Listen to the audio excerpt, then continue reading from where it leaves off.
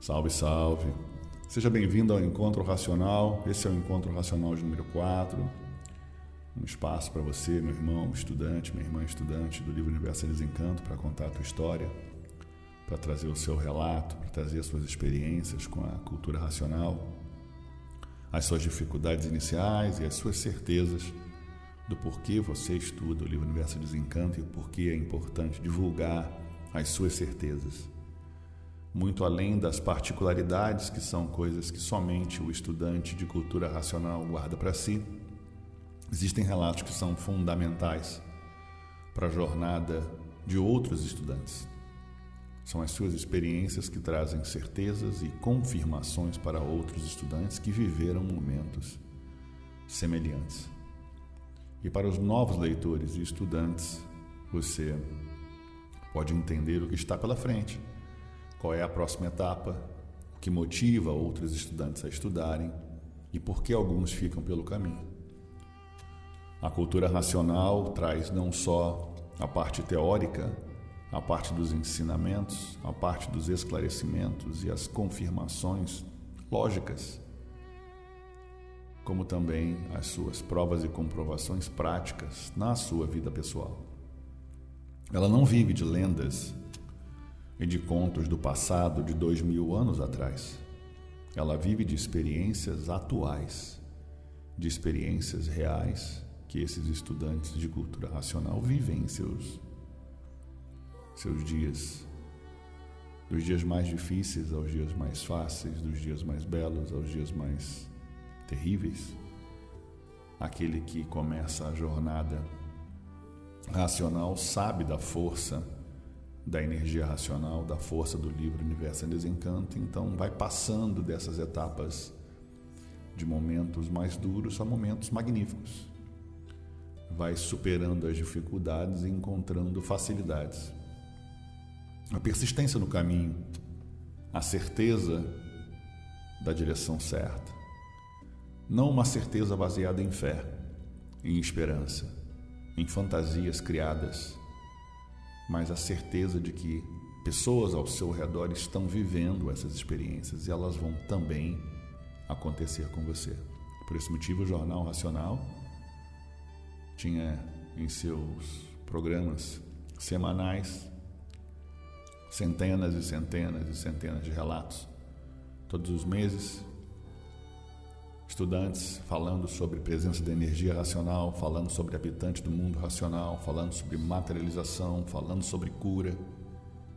E é por esse motivo que os relatos racionais se tornaram parte fundamental, parte essencial da jornada racional, da divulgação racional. Por quê?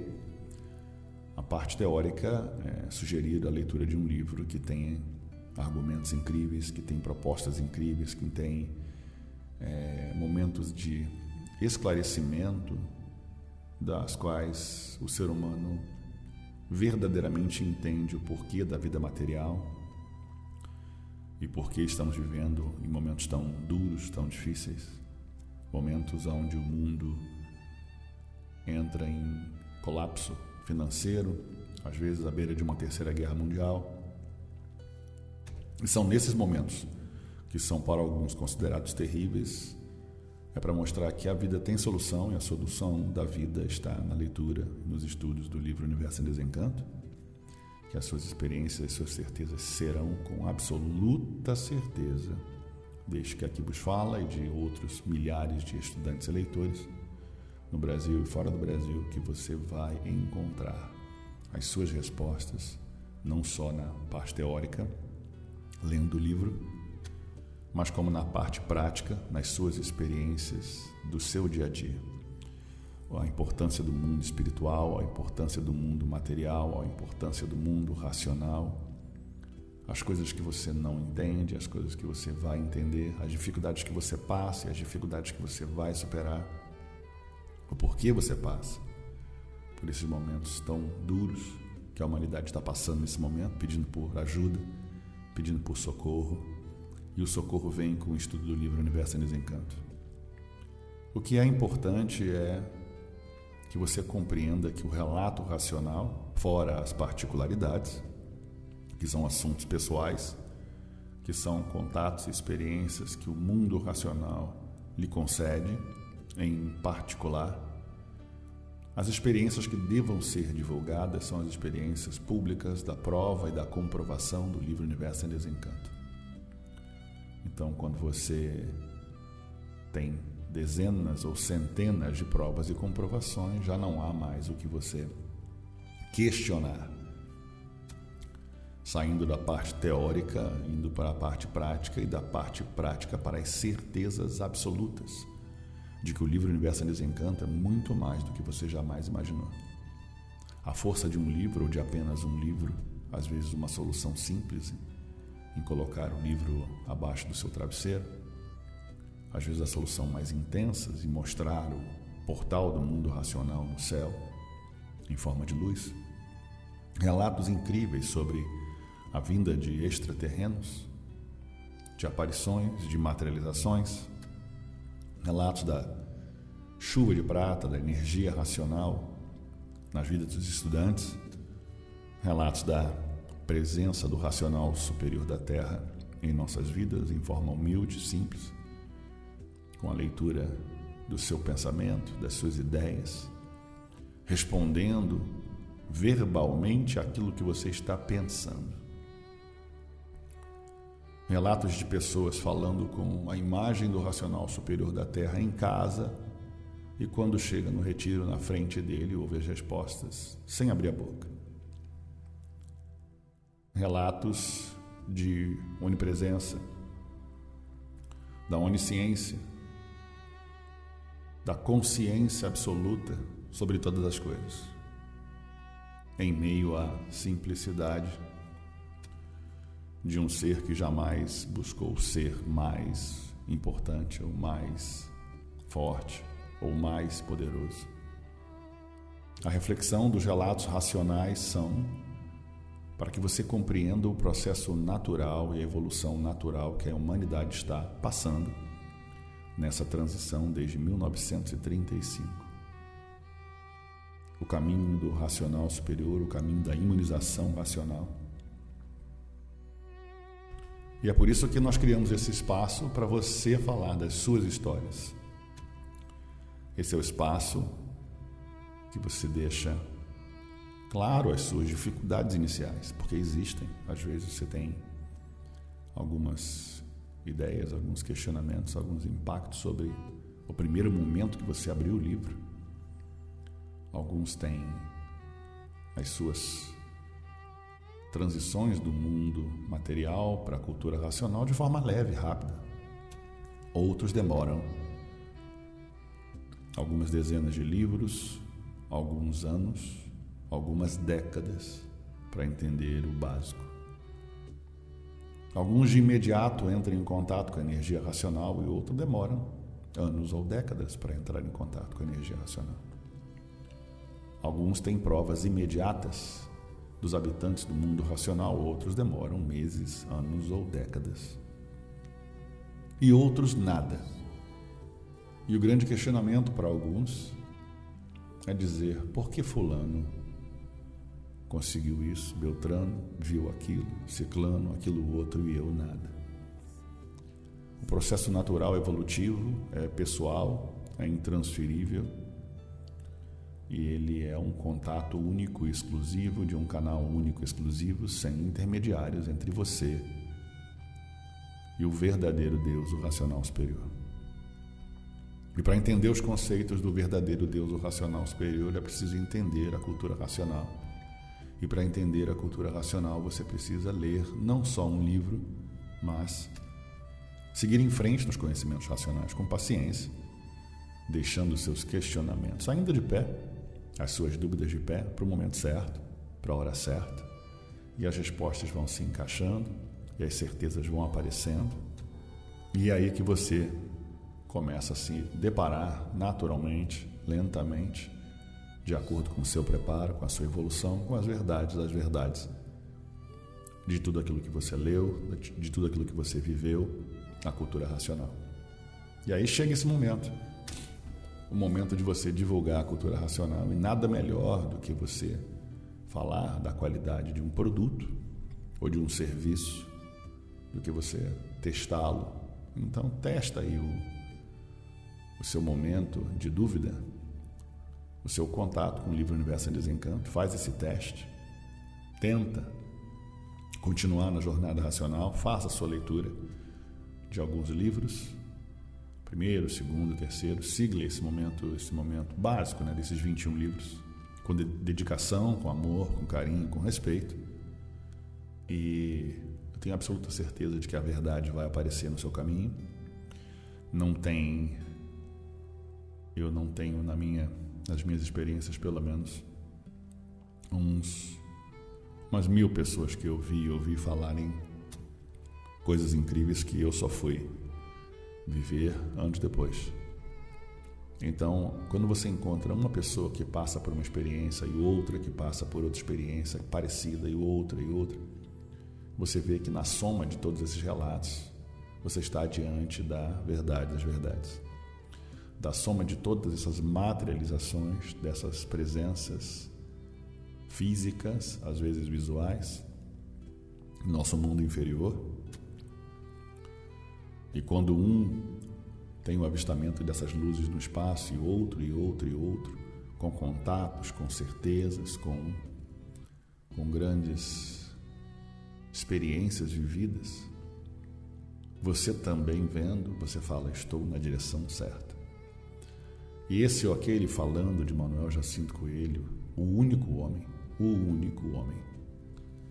que seria capaz de trazer a verdade das verdades de forma tão simples, tão humilde. E eu ainda me questiono como pode o brasileiro ainda não conhecer o livro Universo em Desencanto. Alguns nem preferem tentar. E quando descobrirem que perdeu o tempo, vai lamentar e dizer, tarde demais, perdi muito tempo, poderia estar bem adiantado.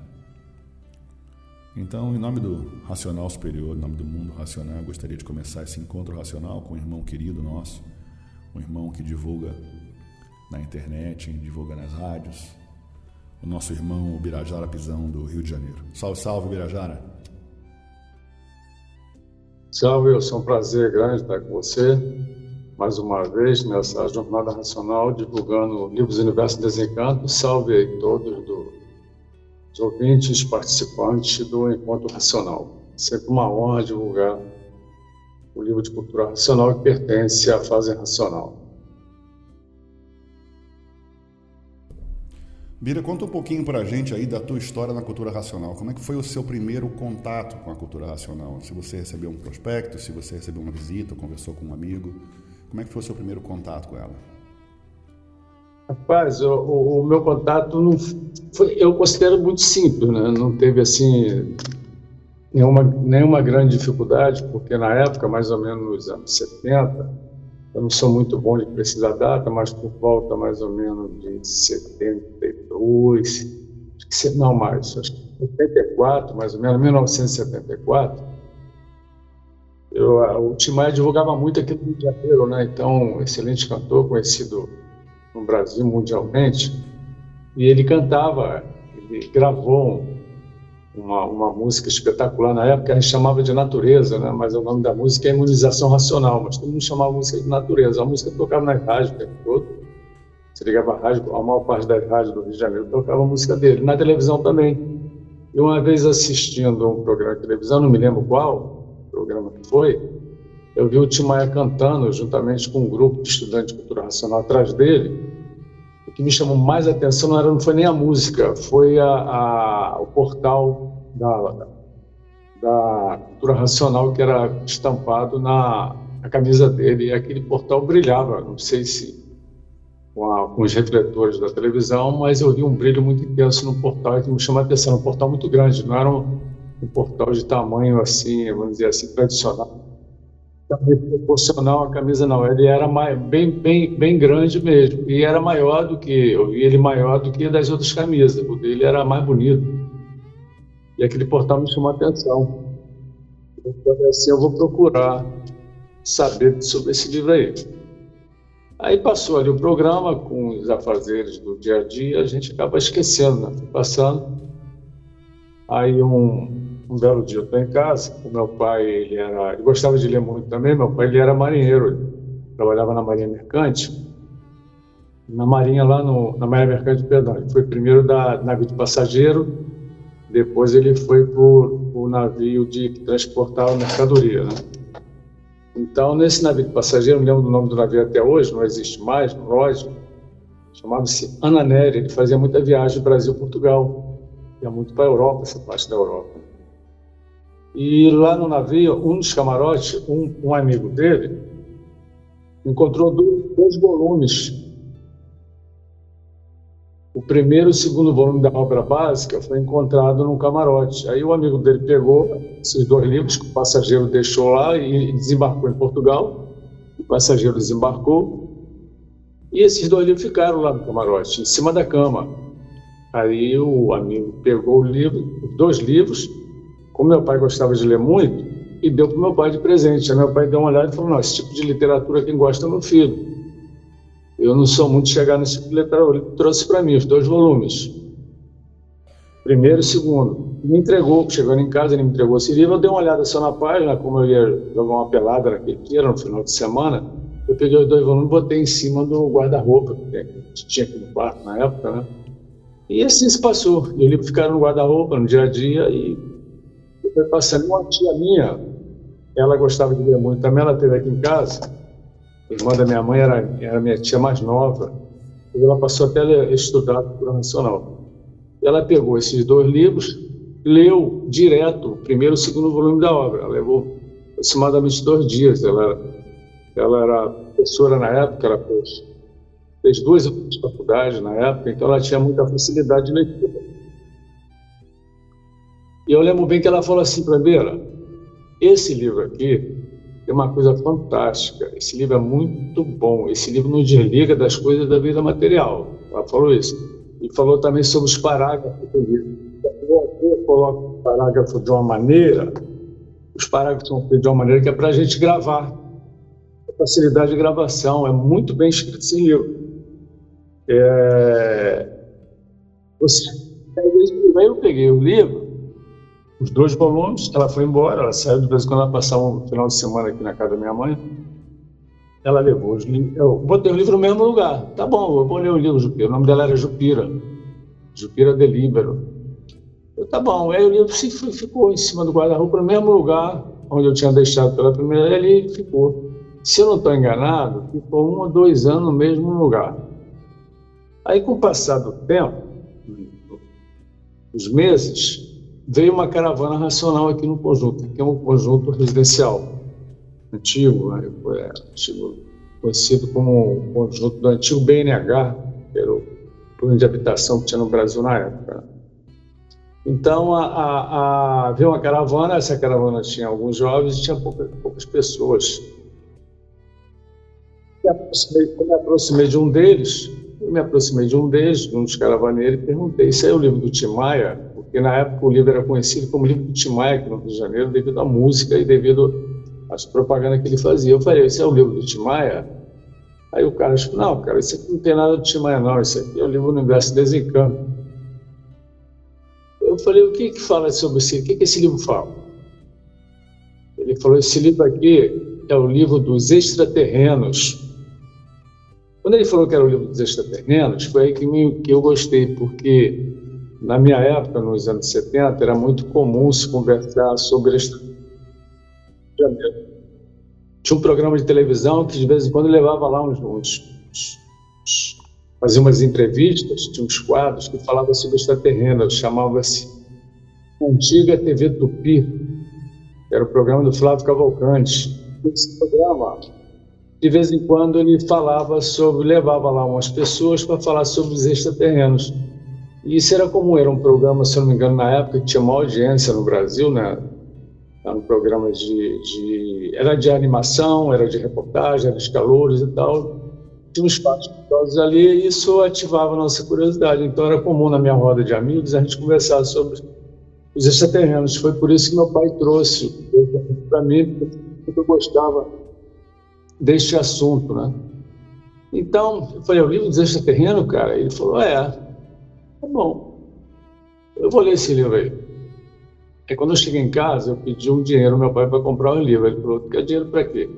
Eu quero comprar um livro. Eu falei, quero comprar um livro. Ele falou, qual livro você quer comprar? Universo em Desencanto. Eu falei, rapaz, eu trouxe 2 volumes desse aí para você. Você não leu, não? Aí eu lembrei. Eu tinha esquecido. Eu falei, minha tia tinha lido primeiro, né? Eu tinha esquecido. Aí eu peguei lá. Estava no mesmo lugar, eu tinha deixado, estava até empoeirado. Aí eu peguei, sentei com a tinha aqui, onde eu estou conversando com você, tinha uma cama aqui próxima à janela, e essa janela dava para ver bem o céu na época. Eu sentei na minha cama, peguei o livro e comecei a ler. Quando eu abri o livro, eu abri até na página que eu vou ler para você agora. Eu li lá, na contracapa, mais ou menos, né?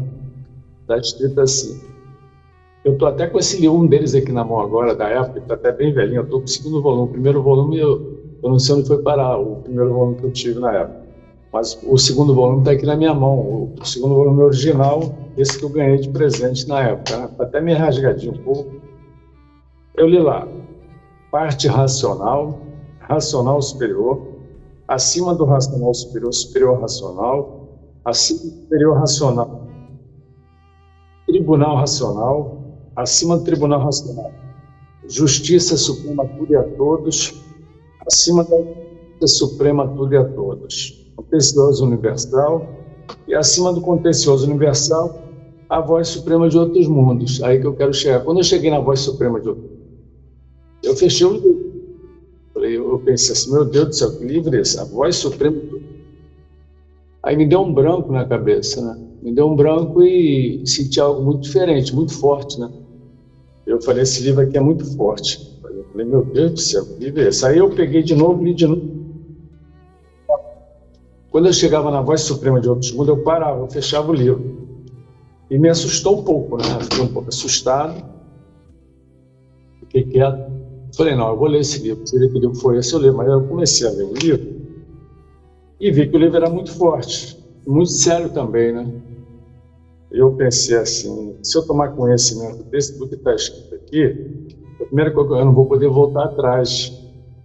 Está aqui algo muito sério. E outra coisa, é superior a tudo aquilo que eu enaltecia muito na época, né? Eu falei, eu não vou poder. É um passo que eu vou dar muito sério, mas eu vou ler o livro. O primeiro volume eu li direto, na época, primeiro e segundo. Levei mais ou menos 2 dias, máximo, acho que no máximo 3 dias, talvez menos, eu li direto. E uma coisa interessante que me chamou muito essa atenção no livro, que na época eu tinha uma insônia muito grande, e essa minha insônia era particular, eu não falava que eu tinha problema. E a primeira noite que eu li o livro, eu tive sono, eu dormi numa beleza e acordei de manhã como se estivesse renovado. E eu senti uma paz de manhã tão grande, um bem-estar tão grande. Eu falei, meu Deus do céu, que livro é esse? Esse livro me fez, estou me sentindo bem. Era uma coisa, eu vou continuar lendo esse livro, porque esse livro me fez muito bem. Só que eu queria que meus amigos lessem também, sentissem a mesma coisa que eu tinha sentido, né? Aí eu emprestei. Você não sentiu nenhuma dificuldade, né? Então a leitura não foi impactante. O impacto foi na primeira página do livro e depois você leu naturalmente. Só quando eu vi a voz suprema de outros mundos, eu confesso que me deu um impacto muito forte, eu fiquei um pouco assustado, né? Porque eu sei que me deu eu lembro bem que me deu um branco, sabe? Minha cabeça deu um branco, né? Eu falei, a voz suprema de outros mundos. Eu tentei mentalmente decifrar o que seria isso, mas não conseguia nada, né? Eu falei, isso é um branco, como é que eu vou entender a voz suprema de outro mundo? O que são esses outros mundos, né? A voz suprema de outro mundo. Então aquilo me deu um branco, mas ao mesmo tempo eu vi que era algo muito forte. E foi a impressão que eu tive foi essa, fortíssima, né? Uhum. E ao mesmo tempo eu sabia que ao tomar conhecimento do livro era um passo sério que eu estava dando, né? Porque eu não podia voltar atrás, né? Eu não podia voltar atrás, era um passo sério. Então eu fiquei preocupado um pouco com isso, mas depois passou. Aí eu continuei, eu não tive dificuldade de ler, até porque quando se falava em extraterreno na minha época, na minha roda de amigos, era algo que era comum a gente conversar sobre isso na época, né? Hoje em dia, por incrível que pareça, as pessoas não conversam sobre isso, eu não vejo. Não, é. As pessoas falam. Você sabe que hoje, Não, eu não, hoje o governo dos não Estados vejo. Unidos começou a liberar as pesquisas e o Senado está recebendo agora pessoas do governo, que participaram do governo, que tiveram contatos com alienígenas. Já virou agora, essa semana foi anunciado, e já começaram as entrevistas, já comecei a assistir algumas no Congresso. Né? O que acontece com essas grandes nações é que eles fazem tudo para descredibilizar o assunto, né? Porque é manter o povo acordado. E também eles sabem muito pouco sobre. E o objetivo é descredibilizar, porque é manter aqui aprisionado aqui nesse mundo eletromagnético, né? Não existe a intenção de libertar os povos, né? A escravidão ela acabou tecnicamente, né? Mas ela continua de uma outra maneira. Mas isso aí, coisas pertencentes à vida material, mas isso não impede da pessoa se libertar e desenvolver o seu raciocínio. Mas era um assunto corriqueiro, né? Os filmes, claro, não se compara aos filmes de hoje, que existem, eu procurava ver todas as reportagens que saíam na época de jornal, e as revistas eu reportava, eu guardava a revista, eu comprava. Ou não, é isso. Então era o que me interessava, mas o que me prendeu mesmo, assim, na procuração, na verdade, era alguma coisa, eu já procurava alguma coisa para me dedicar na época. Mas o que me prendeu mesmo na cultura nacional foi a paz que eu senti. Eu li o livro pela primeira vez, eu lembro muito bem. É como se, não sei se você já se afogou alguma vez, eu sempre nadei muito, né? Mas já tive alguns princípios de afogamento na época quando eu era criança, né?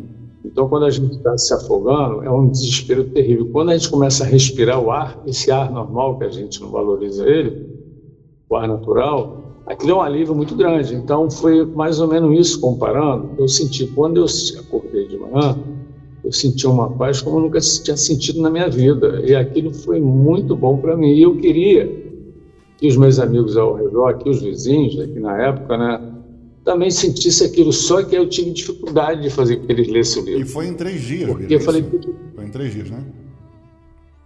Foi mais ou menos 3 dias. Eu me lembro que eu li o primeiro e o segundo volume direto. Eu não parei, eu só parava assim para descansar e para almoçar. E você sentiu o resultado na tua insônia em 3 dias? Não. No outro dia mesmo. No outro dia. No mesmo dia, na verdade, né? Legal. Porque eu comecei a ler o livro à tarde, e nesta mesma tarde que eu comecei a ler o livro, eu acordei já, o dia estava clareando, o livro estava caído no chão. Eu simplesmente desmaiei, eu apaguei. Maravilha. Foi isso que aconteceu, literalmente. E aquilo me deu uma alegria muito grande. Ao mesmo tempo de eu ter dormido tranquilo, eu senti um mal-estar grande, né? E ao mesmo tempo, talvez não vou dizer que fosse o meu erro, mas eu quis que todo mundo sentisse aquilo também, mas não deu muito certo não, porque os amigos não queriam ler o livro. Eu dizia assim, rapaz, mas é só um livro. Esse livro, não, o livro não é do Tim Maia, eu também pensei que o livro fosse do Tim Maia. O Tim Maia divulga um livro, é diferente, vocês precisam saber o que é. E eu forçava eles a ler o livro. Aí eu emprestei o primeiro e o segundo volume, talvez foi o meu erro, eu devia ter ficado com um livro. Esse devo ter emprestado o primeiro e o segundo volume, aí eu me afastei um tempinho da leitura, né? Mas depois eu retornei a minha leitura, não demorou muito tempo, aí eu passei a comprar um livro, né? Terceiro, com uma certa dificuldade na época. Onde é que você comprava os livros na época, dos anos 70? Pai, na época, o livro vendiam em qualquer livraria aqui no Rio de Janeiro, você encontrava um livro. Eu comprava em Madureira. Então não era uma livraria da cultura racional como era essa da Tiradentes, né? Não, todas as livrarias que o Rio de Janeiro vendia. Uma vez eu passei Ramos, você deve lembrar bem. Uma livraria muito simples, né? Aí eu cheguei e perguntei assim, de onda, assim, por que vocês têm aí o livro Universo de Encanto? Ele falou, rapaz, chega aqui e se esgota rápido, mas ainda tem alguns volumes aqui. Você quer? Não, eu perguntei só para saber. Então, eu vendia, todas as livrarias, o livro era muito... A Saraiva vendia, as livrarias mais fortes vendiam, ou só as pequenas? A Saraiva eu não sei que eu não cheguei comprando a Saraiva, eu comprava numa livraria, tinha 12 Madureiras, deixa eu ver se eu lembro o nome, acho que era a livraria Papitista, e tinha uma outra que eu esqueci o nome da livraria, mas a livraria geralmente eles vendiam nas livrarias que vendiam artigo de papelaria e vendiam livros escolares, sabe? Aham. Era uma livraria, não era livraria, só livraria. Geralmente era livraria e papelaria. Toda a papelaria aqui no Rio de Janeiro, nos fundos, tinha uma livraria que vendia livros escolares. Muito comum na época.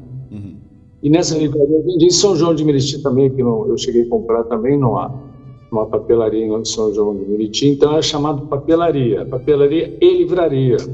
Entendi. Todas elas vendiam. A minha pergunta era por questões de estratégia de marketing, na verdade, porque a Cultura Racional estava na televisão, por causa do Tim Maia, por causa do Roberto Kelly também, né? E nas livrarias era fácil acesso também, era qualquer livraria, não livrarias específicas, né? Então a estratégia... Até porque hoje as livrarias estão, aqui no Rio de Janeiro, são muito poucas, né? Eu praticamente só conheço a livraria de Seba, eu não conheço mais nenhuma livraria oficial. A Saraiva, eu não sei se ainda existe, eu tive... Acho que fechou, né? Parece que fechou. Cheguei a comprar algum livro, outro livro diferente na Saraiva. Livraria física, eu não sei se a Saraiva ainda existe. Pode ser que exista, mas eu não conheço, não. Existe muito pouca livraria física de qualquer editora aqui no Rio de Janeiro. Eu não conheço. Você nesse período de leitura, você não teve contato com caravana no início, né? Que você não tinha conhecimento de caravana, né? Ou não? Eu fiquei aproximadamente 2 anos sem ter contato com caravana. E foi uma coisa engraçada, foi isso. Você tocou num assunto interessante. Então, depois de um tempo de leitura, eu queria conhecer, já que eu não conseguia fazer nenhum leitor, na época, pessoal assim próximo, para conversar sobre o livro, porque as pessoas que leram o livro praticamente forcei a ler, empurrei o livro pela goela abaixo, e eles me devolviam o livro, não gostavam de comentar sobre o livro. Alguns chegavam a ler só até a metade, me devolviam e tal, né? E depois o primeiro e o segundo volume, os primeiros sumiram, depois eu consegui recuperar o segundo volume, esse que está aqui próximo a mim, aqui do lado aqui. Então, o que ocorre é que eu fiquei querendo conhecer algum leitor. E eu perguntava para as pessoas no trabalho, eu falei, poxa vida, esse livro foi tão divulgado pelo Tim Maia, você conhece algum leitor? Não, eu conheço. Onde que você conhece o leitor? Tem um cara lá em Niterói, na época, né? Niterói, onde que é? Tem uma loja assim, tal, que me deu detalhes, né? A rua, entendeu? E eu fui lá em Niterói. Quando eu cheguei lá em Niterói, a loja estava fechada. Aí eu fui num bar na frente, tomei um café e perguntei ao cara, mostrei o livro, falei, o senhor conhece um leitor desse livro aqui? Me falaram que por aqui tinha um leitor, mas eu estou vendo ali naquela loja ali, a loja está fechada. Ele falou, o dono daquela loja ali lia esse livro e divulgava esse livro aí só, que ele faleceu, era um senhor. Eu falei, rapaz, atravessei o mar aqui, peguei uma barca, teve horas para chegar aqui e não encontrei. Tá bom. Aí retornei e sabia que em Nova Iguaçu tinha muito leitor. Aí eu fui em Nova Iguaçu, no centro de Nova Iguaçu. Só que eu fui no centro de Nova Iguaçu. Quando chega no centro de Nova Iguaçu, eu perguntei para algumas pessoas, aí me indicaram o racionalismo cristão. Acho que existe até hoje. Eu cheguei em frente ao centro do racionalismo cristão, falei, não, aqui não é, porque o racionalismo, ele já diz no primeiro volume que não é racionalismo cristão, isso está claro, né? Falei, sabe de uma coisa? Vou ficar lendo meu livro em casa, na minha, quietinho, comprando meus livros. Um dia eu vou conhecer alguém da cultura racional. Um belo dia eu estou em casa no final de semana, o meu irmão mais velho chega com um jornal racional. Ele chegou com um jornal e falou assim, me deram isso aqui lá no trabalho, mas eu não gosto de ler, que gosta dessas coisas, você que é maluco, você gosta disso também. Aí me deu. Aí no jornal está o endereço da Belfort Roxo, da Gráfica Editora, se eu não me engano, era a Caixa Postal de Belfort Roxo, Rio de Janeiro. Eu li o jornal e logo de cara, na primeira página lá, eu tinha uma foto de um extraterreno, só que a foto da época era só um flash, parecia uma mancha branca, né? Mas aquilo ali me chamou a atenção, falando sobre extraterreno. Vai calhar para mim, né? Aí eu falei assim, eu peguei o jornal... Isso ainda nos anos 70, né? Nos anos 70, ainda nos anos... Ok. 1978, eu recebi esse jornal. Foi interessante você falar do jornal Nacional, porque eu lembro da primeira parceria com o Plantão, né? E com o jornal Método, logo depois, nos anos 80, né? Mas não sabia que tinha um jornal circulando nacional nos anos 70. Não sei se era esse, mas era um jornal parecia um jornalzinho, tinha várias folhas, sabe? Eu já não tenho mais ele aqui. Eu tenho todos os jornais, inclusive eu vou ver se esse eu tenho aqui comigo. Vou até tocar nesse assunto. Mas foi em 1978, foi logo quando eu dei baixa, ainda estava servindo aeronáutica ainda. Eu servi um ano, eu dei baixa em 1978. Por isso que eu tenho, essa data foi de 78, porque foi o ano que eu dei baixa. Então eu peguei, dei uma olhada, aí escrevi a cartinha, chamar cartinha. Hoje em dia quase não se usa mais, é mais e-mail e mensagem. Eu escrevi para o endereço que estava ali, que era de Belford Roxo. Eu não conhecia nenhum estudante de cultura nacional, eu gostaria de conhecer alguém, e se tinha algum lugar que as pessoas se reuniam para conversar sobre o livro Universo em Desencanto, né, que era o assunto que eu gostaria de conversar. Escrevi e mandei. Aí na primeira semana não veio a resposta, veio na segunda semana. Aí na segunda semana veio a resposta dizendo mais ou menos o seguinte: eu tenho a carta até hoje, eu não vou falar aqui na mão, está ali dentro do armário ali, dizendo que existia a caravana racional do Belford Roxo aos domingos, e também tinha o retiro racional.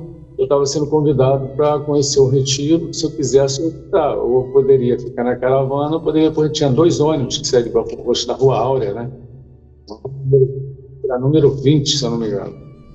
Ali na Rua Áurea saíam 2 ônibus, um às 7 horas da manhã, que ia para o retiro racional, e o outro que ia fazer a caravana racional no Rio de Janeiro, e essa caravana era feita o dia inteiro. Quando eu chegasse lá, eu fizesse minhas apresentações. Se eu fosse no retiro também, quando eu chegasse no retiro, eu fizesse minhas apresentações, que eu estava sendo convidado, me dando os parabéns e tal, estudando a culturação pela fase nacional. Aí eu fiquei todo bobo com aquela carta. Mas só que na primeira semana eu não fui, não. Eu fui na segunda semana, eu fui. Só que eu fui de roupa comum, né? Eu não fui de branco. Eu sabia que eu estava branco, né?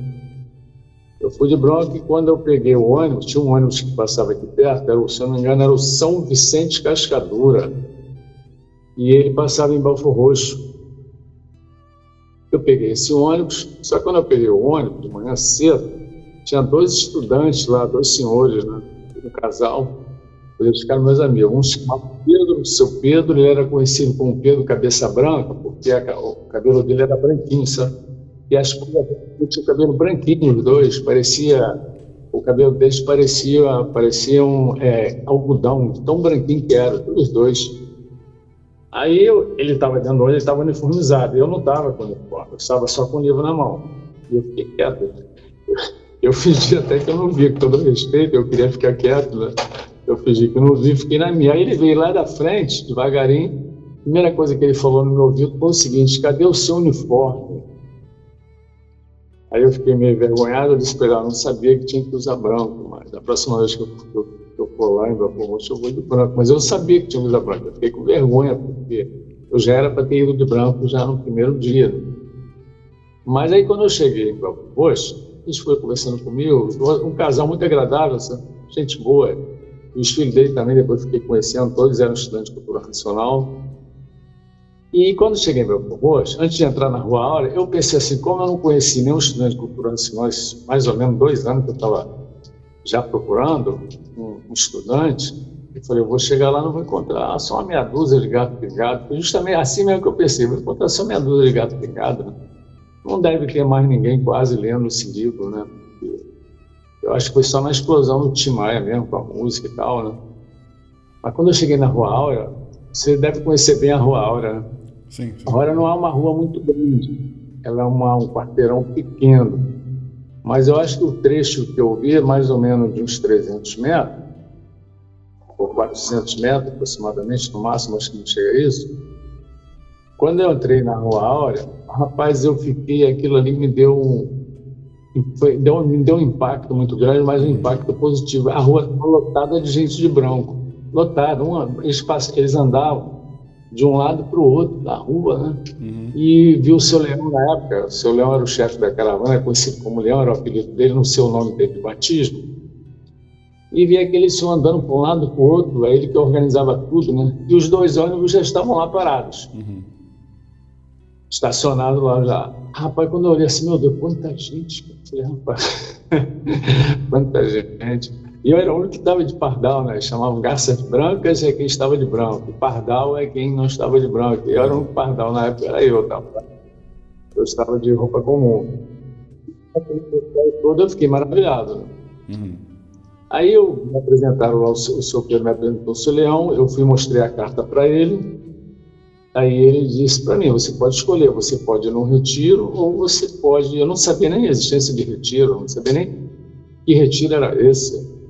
Ou você pode vir na caravana com a gente. Eu falei assim, mas eu estou de roupa comum aqui. Ele falou, não, você pode vir hoje, não tem problema não. A próxima vez você vem de branco, só para você conhecer como é que é e tal. Aí ele me deixou lá. Aí veio uma senhora que ela questionou minha carta. Ela não quis deixar. Ela falou, não, como é que você vai? Você não vai entrar, não. Eu falei, eu vou entrar, eu tenho aqui a carta aqui e tal. Ele está me convidando para a caravana ou para ir no retiro. Ela falou, você não pode ir no retiro, nem pode ir na caravana. Eu falei, por que eu não posso ir? Ela disse que tem que fazer 7 caravanas, no retiro na época, né? E tem que ter permissão do pai. Ela chamou o mestre de pai. Eles usavam esse termo de pai, né? Eu não sabia quem era o pai. Aí eu falei, eu tenho aqui a carta. Ela falou, mas como você tem essa carta? Eu falei, eu escrevi aqui para o endereço da caixa postal e tem aqui a carta aqui, ó. Aí o seu Leão veio e interviu, não, ele pode sim, o seu Leão, ele pode, ele está autorizado, ele pode escolher aqui, a carta está dizendo, ele pode escolher. Aí ele levantou a carta, eu achei aquilo engraçado, ele levantou a carta do alto e falou assim, ele falou, pessoal, ele pode no retiro, ele pode ir na caravana, ele está convidado pelo nosso pai. Eu falei, meu Deus do céu, que pai é esse, né? Aí ele me mostraram a foto do mestre, né? Perguntou se eu conhecia, eu falei, não conheço, eu estou vendo agora pela primeira vez. Aí e aquela carta veio, todo mundo rodeando, né, para ver a carta, né, para olhar, e andou de mão em mão lá, tá? Não sabia que era uma carta tão importante assim, uma carta simples até, era datilografada. Eu tava bom, aí eu dobrei ela, botei no bolso, aí quando eu fui entrar no ônibus, essa senhora, ela não me deixou entrar no ônibus, sabe? Ela ficou na frente, eu falei, senhora, eu vou entrar no ônibus. Aí ela falou assim, não, você não vai, eu vou entrar, senhora. Aí o seu Pedro veio e interviu por mim. O seu Pedro, esse que chama Pedro, era, só vou dizer que era cabeça branca devido ao cabelo dele, que parecia algodão. Ele falou, ele está comigo, mas eu não estava com ele. Mas aí tudo bem, a gente não vai brigar e tal. Aí eu fui. Quando eu cheguei na caravana, nas caravanas é que eu conheci muita gente, né? Aquilo para mim foi bacana. Lembro bem das pessoas da época que estavam lá e tal. Todo mundo me recebeu muito bem, só que o pessoal ficava o dia inteiro, né? E eu não estava preparado, eu estava desempregado na época, eu tinha dado baixa, eu estava sem dinheiro para almoçar e pagaram meu almoço e tal. Aí depois da caravana o pessoal ia para o retiro. Ele falou assim, ó, se você quiser, depois da caravana, quando acabar nós vamos para o retiro. Eu falei, não, hoje eu não estou preparado não, mas domingo que vem eu vou. Aí no meio da semana eu fui lá em Belfort Roxo, comprei uma camisa, quem me recebeu foi a Dona Luci, deve lembrar dela. Ela ficava ali na Rua Aura, na casa do mestre, no Palácio Racional, e eu achei engraçado que o meu dinheiro não deu para comprar a camisa, eu não sabia o preço, né? E a camisa só tinha uma, estava até um pouco curta em mim, né? Eu falei, senhora, o meu dinheiro não está dando. Ela falou, não, leva, não precisa dar o dinheiro, eu te dou de presente a camisa. Ela me deu a camisa de presente e eu tive que esgaçar a camisa para baixo, que se você levantasse a mão, meu umbigo só tinha aquela. Não, só tinha aquela, né? E eu não queria dar para as caravanas sem a camisa, eu ficava esticando ela, sabe, para baixo. Eu esgacei ela todinha, que era para levantar o braço para o umbigo não ficar aparecendo. E fui, né? Aí na outra semana eu arrumei uma calça comprida, branca, só que o tênis ainda era preto, né? Não tinha um tênis branco. Aí depois as coisas, aí na segunda vez, aí nessa mesma caravana eu fui no retiro, acabou a caravana, eu fui no retiro. Aí tinha uma senhora, já contei isso para algumas pessoas, tinha uma senhora, ela tinha um filho muito bacana, ela tinha um filho chamado Birajara, que era meu xará, né? Então ela gostou de mim por causa do nome, né? Ela falou assim, vamos lá em cima falar com o pai. Eu falei, não senhora, eu não vou lá em cima falar com ninguém não, eu estou conhecendo as pessoas agora aqui. Não, você não está sem emprego? Eu falei, estou, mas eu vou procurar, vou arrumar emprego. Não, vai lá, pede o pai o emprego. Eu falei, não senhora, eu não vou fazer isso não. Não vou fazer isso de jeito nenhum. Não, vai pedir sim. Eu não vou fazer isso. de jeito nenhum. Só que ela me pegou pelo braço. Eu falei, então faz o seguinte, deixa que eu vou sozinho. Eu vou sozinho. Ele estava na varanda conversando com os caravaneiros. Quando acabava a caravana, ele recebia seu leão e que era o chefe da caravana, justamente com os caravaneiros, e ali ele dava as orientações, né? Aí ele estava em frente à casa dele, em pé. Uma das pernas dele estava em cima do murinho, né, dele. E ele estava conversando com as pessoas. E ela falou, vou ficar aqui olhando para ver se você vai mesmo. Aí ela ficou olhando mesmo, ela ficou lá embaixo, né? E eu fui subindo devagarinho olhando para ela, que eu não ia falar, não ia chegar lá perto. Aí fui chegando de mansinho, aí eu fiquei atrás do pessoal, vendo ele conversando lá com as pessoas. Ele estava dando orientação para os caravaneiros, o seu leão conversando com ele. Aí eu falei, eu não vou falar nada com ele, né? Eu vou ficar aqui quieto, né? Eu vou no meio do pessoal, não conheço ninguém aqui. Aí ele olhou para mim, eu cumprimentei ele, e ele perguntou assim para... Achei aquilo engraçado, ele perguntou, como vai você? Eu falei, eu vou bem, e o senhor? Eu vou bem, e o senhor? Aí ele não respondeu nada, ele só sorriu, ele falou, você é da onde? Eu falei para ele de onde eu era, né? Uhum. Aí ele falou, aí só balançou a cabeça, perguntou de onde eu era. Aí eu vi ele falar mais algumas coisas lá com o seu leão, orientando lá um pessoal que era de Minas Gerais. Brincou lá com um cara que passou lá na hora lá, o cara tirou o chapéu, ele brincou com o cara. Aí eu fui descer devagarinho, né? Fui descendo de mansinho, saí a francesa, sabe? Fui descendo devagarinho. Ela, você pediu emprego? Eu falei, pedi, para ela parar de estar falando. Uhum. Falei, pedi sim. Ó, semana que vem você já vai vir aqui empregado. Eu tá bom, eu fiquei quieto, né? Não pedi não, sabe? Fiquei quieto. Mas o pior que parece, na outra semana, cara, eu já estava empregado e muito bem empregado para ela. Aí quando eu voltei, aí arrumou um emprego. O pai conseguiu teu emprego? Eu falei, conseguiu, cara, eu tô empregado. Conseguiu, senhor. Obrigado. Deixa eu fazer uma pergunta importante aqui. Para quem não conhece, né, essa transição lá de Belford Roxo para o Retiro, né, em Nova Iguaçu, ele já não estava nesse período mais presente diariamente em Belford Roxo, né? Estava já residindo no Retiro. Ele estava no Retiro desde 78. Você mais ou menos começou a fazer essa transição em 79, não é isso? Ou eu estou errado? Você está mais ou menos. Chegou no Retiro em 79 e em 78 ele já tinha feito a transferência. 79 foi quando eu fui lá em Belford Roxo, foi em 1979. E no Retiro? 79 também. Também. Então, essa eu quero saber. No segundo dia de caravana eu já fui no Retiro. Eu saí da caravana e já fui junto com as pessoas. Era só para precisar a data que ele já não estava mais em Belford Roxo, era isso. Mas as atividades ainda em Belford Roxo continuaram, né? Porque a Dona Lucy estava vendendo camisa, as caravanas já se reuniam lá, né? Não. As atividades continuaram em Belford Roxo. Não, mas eu acho que eu não sei precisar a data que ele estava no Retiro, mas eu cheguei no Retiro, os três poderes já estava pronto. E a gente estava construindo aquele rio, né? Aquela galeria. Com a torneira estava construindo ali algumas casinhas ali. Uhum. A parte da gráfica estava pronta, né? E depois a gente teve que construir tudo ali. O Raul me contou que no início, né? Ele era, parece que a única pessoa que fazia as viagens para lá, né? E depois de muito tempo que o pessoal começou a ir para o Retiro. Então, de 78, acho que já não estava mais.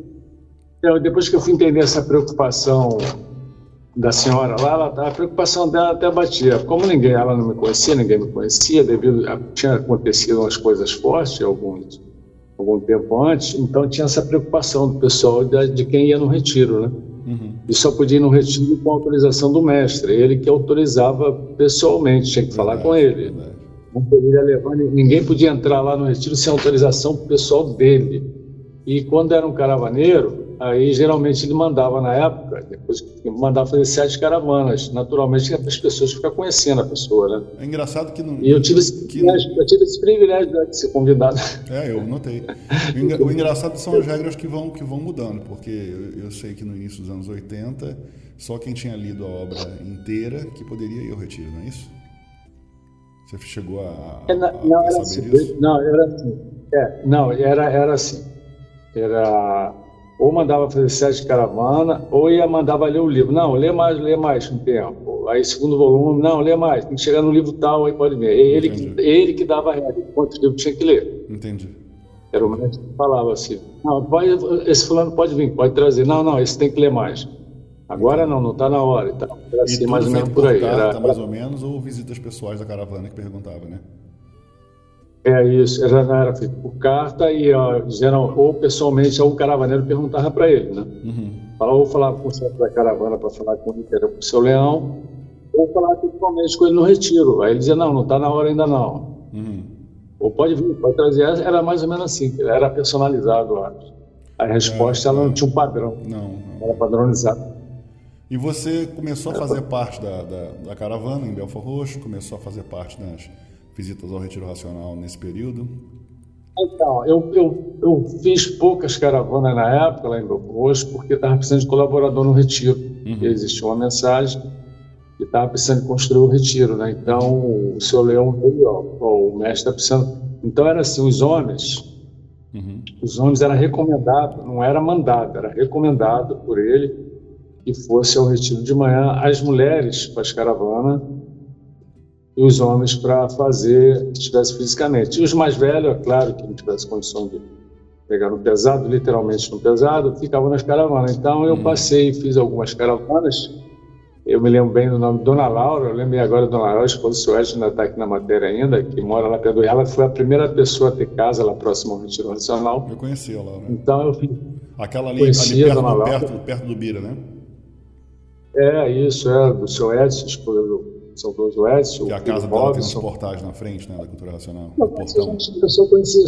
Eu só conheci gente boa na Cultura Racional, graças a Deus. Eu acho que eu fico privilegiado de conhecer as pessoas boas pessoas que me deram boas orientações, pessoas de bons comportamentos, né, vamos dizer assim. Sim. Estou dizendo pessoas evoluídas racionalmente, mas pessoas de bom comportamento que me intuíram coisas boas e evoluídas também, bem amadurecidas racionalmente. E com a Dona Laura, como eu gostava desse assunto sobre os extraterrenos, eu tive a satisfação de ter, na segunda ou na terceira caravana, ela estava junto, ela lembra disso até hoje.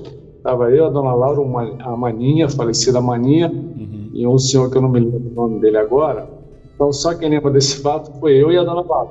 A Maninha esqueceu do fato e esse outro senhor também esqueceu. Nós fomos divulgar esse dia no Meia, na região ali do Meia, né, de manhã. Na hora do almoço, nós paramos num bar bem simplesinho para almoçar, e sentou na mesa eu, a Dona Laura, esse senhor, que eu não estou lembrado o nome dele, e a Dona Maninha. Ela era conhecida como Maninha, que ela chamava todo mundo de Maninho. Ô Maninho, ô Maninho. Então ela era conhecida como Maninha, muito simpática também. E a gente pediu lá a refeição, e até antigamente você dá prato feito, né? Pedimos lá o PF, né? E estamos aguardando. Aí do outro lado da rua veio um senhor, aparentemente um mendigo, só que ele não estava sujo, né? E ele com um saco nas costas, saco de estopa carregando, como se fosse Papai Noel. Era um senhor negro, mas de boa feição, não era barbudo, não tinha barba nem nada. E ele veio falando alto do outro lado da rua, dizendo o seguinte: isso é muito bonito, isso é muito bonito. Mas ele falava bem alto. E o que me chamou a atenção nele foi a voz dele, parecia a voz de locutor de rádio, a voz dele parecia a voz estéreo de rádio. Eu falei, rapaz, quem é esse senhor? Será que eu já fui algum locutor? Esse cara, como é que fala bem, uma voz bonita pra caramba. Aí ele chegou, bateu na mesa e falou assim pra gente, assim, vê se eu lembro de tudo. Eu tenho ainda o que ele deixou assinado pra gente. Tem a cópia, né? A original ficou com a Dona Laura. Aí ele falou assim: me dá um dinheiro aí, todo mundo me dá um dinheiro aí, que eu sei que tá todo mundo com dinheiro, me dá uns trocados aí que eu tô precisando do dinheiro. Aí esse senhor falou: não tem dinheiro não. Aí a Dona Laura deu lá uns trocadinhos para ele, eu também dei uns trocados para ele, né? E fiquei com pena dele. Eu falei, aí eu olhei para os dentes dele, o sorriso dele, ele não tinha um dente estragado, o dente dele era um branquinho, rapaz. Eu falei, isso aí não é um mendigo comum, né? O mendigo tem um dente tudo sujo, ele não tinha mau cheiro, as unhas estavam limpíssimas. Eu observei as unhas e ele observei os dentes. E o saco de estopa dele, ele abriu para me ver. Quando ele abriu, rapaz, tinha legumes, e o legume parecia legumes feitos à mão. Já viu essas frutas artesanais? Não sei se você já viu. Aqui no Rio de Janeiro tem uma época muito comum. Elas brilham, né? E eu lembro que os legumes brilhavam, parecia que tinha sido colhido na hora, não tinha uma sujeira. Eu fiquei olhando para o saco e falei, como é que pode? O saco está limpinho, o saco parece estar novo, esses legumes estão novinhos, parece que foram esculpidos. Eu abaixei a cabeça assim, para ver os legumes. O saco estava, metade do saco era de legumes. Legume fresquinho, só legumes, mais nada. E eu olhei para ele, falei, pô, esse cara não tem... Aí ele começou a falar inglês, sobre a cultura racional. Eu não entendo nada de inglês, você sabe disso, você há muitos anos me orientou a fazer um curso, eu acabei não fazendo, eu já até me arrependo um pouco. Ele começou a falar de cultura racional. Eu sei que ele falava de cultura racional, que ele usava a palavra universo em desenchantment, e fala em cultura racional para me lembrar, você que fala bem. Universo in Disenchantment. E mais de cultura racional, fala aí. Rational Culture. Isso. Ele usava muito isso e universo in Disenchantment, mas só em inglês. Aí eu disse para ele, eu agradeço o senhor estar falando inglês, mas eu pedi o senhor, por favor, falar em português, que eu não entendo inglês. Mas eu não sei porque ele falou muito inglês. Aí ele falou assim, eu sou médico, eu moro na rua Delfina Alves, Madureira, número tal, e falou mais sobre a cultura racional, divulgou, ele divulgou pra gente a cultura racional. Caramba. Ele falou assim, eu vou ter que ir embora agora, eu estou vendo que vocês são pessoas boas, eu vou embora agora, porque o seu Leão, o chefe da caravana, vai vir chamar vocês para continuar a divulgação. Quando ele falou isso, eu virei o rosto, sabe? E olhei de novo para ele, eu não vi mais ele. Aí eu perguntei para a dona Laura, ô dona Laura, cadê o moço? A dona Laura estava com lágrimas nos olhos. E eu falei, cadê o moço que estava aqui na nossa frente? Ela falou assim, aí ela não falou nada, ela ficou em estado assim, tipo um estado de êxtase, né? Eu saí correndo na rua para procurar ele. Aí eu saí procurando ele na rua, eu andei para um lado, eu falei, ninguém pode sumir, então. Aí perguntei para o outro moço lá, o cara, não sei dele não. Aí eu falei, Maria, cadê o Maia? Eu também não sei dele. Ele saiu aí. Eu falei, dona Laura, cadê o moço? O moço sumiu? Como pode alguém sumir assim? Ela me chamava de Birinha, né? Birinha. Ela era muito educada, muito carinhosa também, carismática também. Ela falou assim, Birinha, era um irmãozinho nosso aí de cima, ele desapareceu, ele saiu. Eu sei. Eu falei, mas como sumiu assim tão rápido? Então aquilo ali foi... E ele deixou... É impactante positivo, porque era uma das coisas que eu queria na vida, era ter um contato, né, com o extraterreno, e ali foi o meu... Você sabe que aconteceu comigo exatamente, Sabira? Muitas vezes, não foi eu demorei para... Ele deixou um papel assinado, deu uma assinatura bonita, né? O nome dele era Jorge Luiz de Oliveira. E assim foi legal pra caramba. Aí depois eu tive um outro também fazendo uma propaganda na Avenida Brasil, uma pintura na Avenida Brasil, onde um senhor, usando a mesma literatura dele, a mesma linguagem dele, só que não falou inglês, falando em português. Só que finalmente ele era muito alto, ele tinha mais ou menos 2 metros e pouco de altura, era enorme. Só que ele estava descalço, usando uma calça comprida arregaçada, e ele falou a mesma coisa, isso é muito bonito, tá apontando para o letreiro, e estava eu e o Paulinho era conhecido Paulinho Serralheiro, porque ele era serralheiro, e o Robson tinha levado a gente até a Avenida Brasil à noite, depois ele fazia faculdade, ele foi para a faculdade, que era o único que tinha carro na época. Depois da faculdade ele passava para buscar a gente, deixava a gente no local de pintura à noite, ia para a faculdade, na volta ele pegava a gente de volta, a gente ficava aguardando ele. E a gente estava fazendo a pintura, já chegando próximo ali a rodoviária Novo Rio, nas colunas que existiam do viaduto ali na Avenida Brasil, tem até hoje lá. E ele chegou de longe, e nós vimos ele sumir, cara. Ali foi interessante. Quando se afastou bastante da gente, se precisar 50 metros ou 100 metros, ele gritou de lá, isso é muito bonito. E a gente escutou próximo. Quando ele falou isso é muito bonito, a gente não escutou a voz lá, a gente escutou a voz do nosso lado, como se fosse um rádio do nosso lado. Né? Aí eu olhei para o Paulinho, tá lá, eu olhei para ele, aí ele literalmente Literalmente é como se tivesse evaporado, né? O Paulinho, eu falei, eu também fiquei procurando ele também, fiz a mesma coisa. Aí o Paulinho falou, tá procurando o quê? Eu falei, um moço, cara, como alguém pode sumir assim, não pode sumir desse jeito. Ele falou a mesma coisa que a dona Alves, isso aí são nossos irmãozinhos de cima. Então, na época, era comum os caras da mesma vez, eram relatos comuns, né? Você tá me ouvindo aí, Beira? Tá me ouvindo? Tô ouvindo bem, tô ouvindo bem. Então, as minhas primeiras experiências foram bem parecidas com a tua, porque a minha primeira vez foi também com um morador de rua atrás de mim, e o cara tocou no meu ombro, eu virei pra frente, né? E um segundo, eu falei, poxa, eu vou virar pra trás. Eu cheguei a narrar isso no programa aí anterior. Quando eu olho, sumiu. Essa foi a primeira, e uma segunda, e uma terceira, mas some assim com uma facilidade incrível. E você você vai se acostumando, né, Bira? Com o tempo você vai ficando mais à vontade. O segundo, eu não falei precisamente o tamanho dele, que quem está ouvindo pode não acreditar, pode achar que é utopia, que eu estava imaginando, mas o segundo, cara, o segundo era muito alto. Olha, eu falei 2 metros e pouco, né? Lá não dizia 2,5 metros, ele era muito alto, um braço dele era enorme, a perna dele era enorme, os pés dele eram enormes. Ele era muito forte, parecia esses atores desses filmes que a gente vê daqui, tudo musculoso, enorme. Ele era muito grande mesmo. E ele andava muito rápido, e quando ele falou isso é muito bonito, ele estava a uma distância muito grande da gente. Quando eu olhei, o Paulinho olhou para ele, um olhou para o outro, ele já estava do lado da gente, do lado. E falou de novo, isso é muito bonito, apontou o dedo assim pro letreiro e continuou andando, ele não parou. Aí quando chegou a uma certa distância, ele parou, voltou para trás, levantou a mão e levantou o dedo e falou, isso é muito bonito.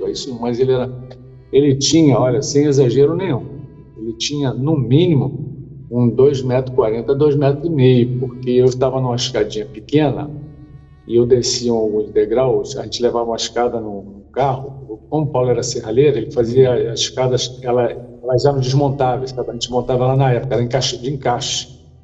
Isso ali para facilitar, pintar a parte mais alta, né?